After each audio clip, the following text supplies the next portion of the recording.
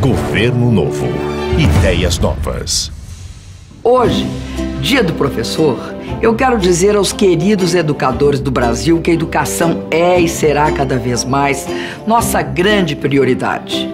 Criamos projetos inovadores, implantamos a educação de tempo integral, financiamos a construção de milhares de creches e pré-escolas, criamos 8 milhões de matrículas no Pronatec e abrimos as portas das universidades como nunca.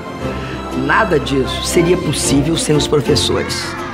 Todas as vitórias na educação pertencem a eles e a seus alunos. Nosso compromisso é trabalhar cada vez mais pela valorização deste parceiro do conhecimento e construtor do futuro, o professor. Feliz Dia do Professor e muito obrigada por tudo.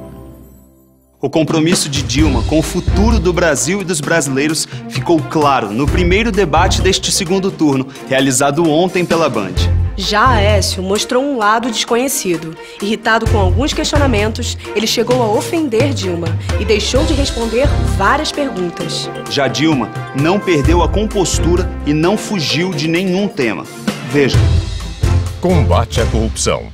Candidato, a minha indignação em relação a tudo que acontece, inclusive no caso da Petrobras, é a mesma de todos os brasileiros. A minha determinação, candidato, de punir todos os investigados que sejam culpados, os corruptos e os corruptores, é total.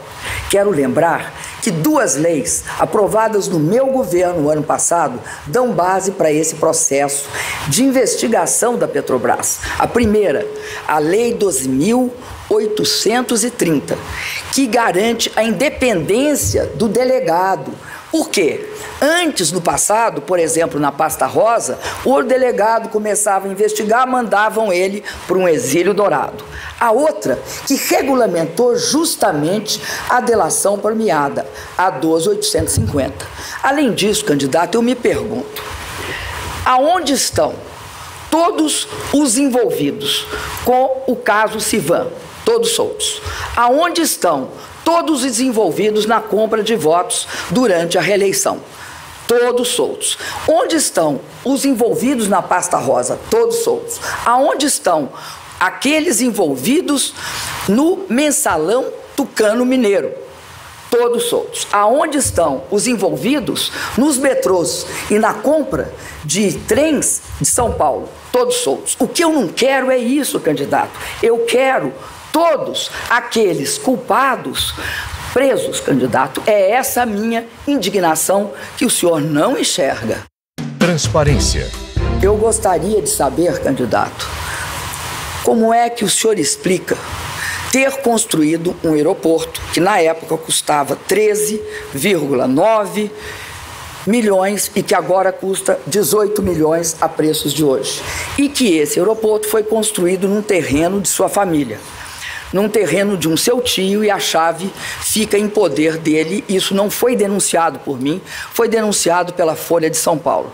Também gostaria de saber sobre a pavimentação e a sinalização feita no aeroporto de Montezuma, em que também, coincidentemente, é uma obra do governo do estado de Minas e, surpreendentemente, quem tem uma agropecuária lá é o senhor e suas irmãs. Eu não acho, candidato, isso nada moral, nem ético.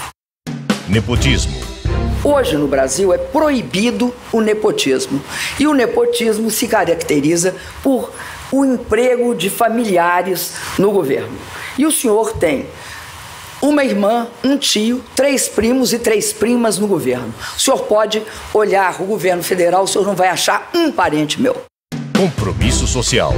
Como é que o senhor quer que eu acredite que, com a mesma receita, o mesmo cozinheiro, vocês vão entregar um prato diferente do que já entregaram para o Brasil? Vocês, candidato, gostam de cortar. gostam de cortar e sempre cortam. Cortam emprego, cortam salários. Nós investimos profundamente na criação de empregos, na valorização dos salários, na estabilidade macroeconômica do país, diminuindo dívida, garantindo que o povo brasileiro tivesse novas oportunidades.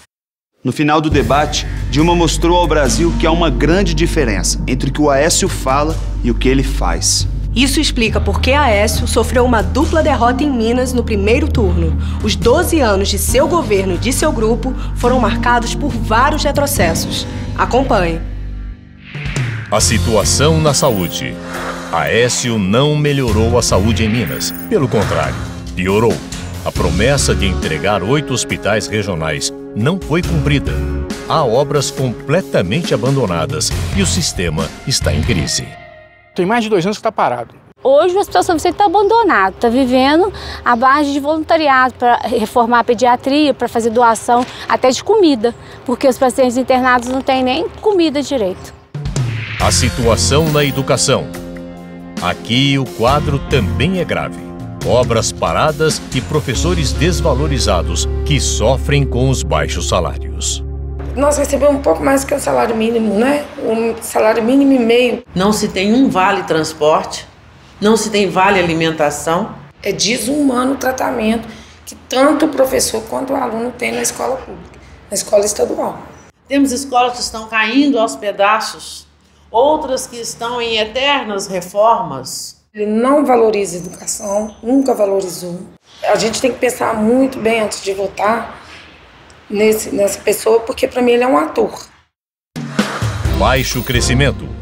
Ele quebrou o Estado durante o seu governo de 2003 a 2010.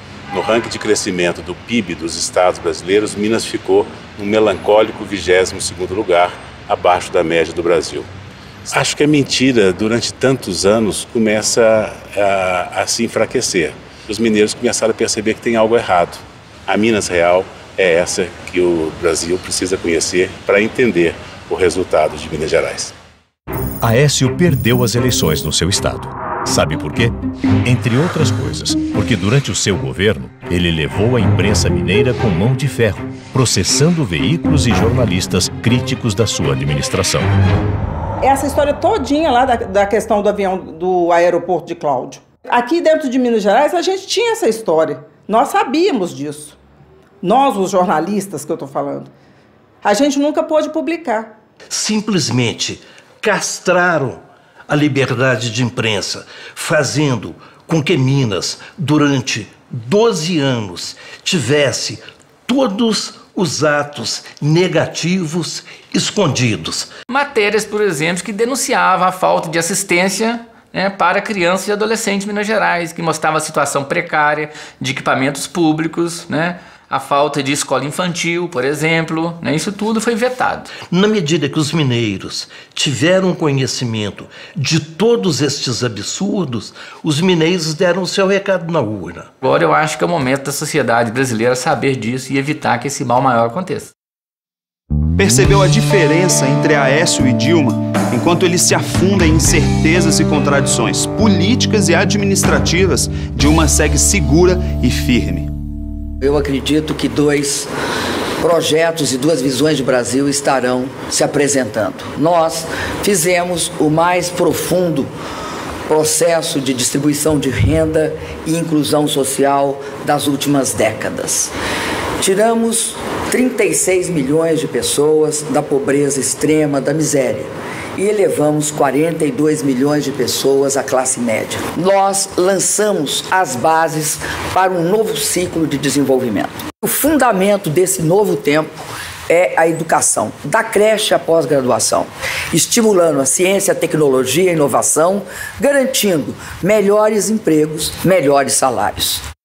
Houve um tempo em que o povo não tinha vez, mas isso acabou quando Lula chegou lá. Dilma veio depois e por sua vez também fez a nossa vida melhorar. Lula reduziu a fome, Dilma a miséria, e tudo começou a clarear. O Bolsa Família chegou e Dilma ampliou, e a gente saiu do lugar. Não deixe a mudança parar, não deixe parar de mudar. Não deixe a mudança parar, não deixe parar de mudar. Eu tô com Dilma.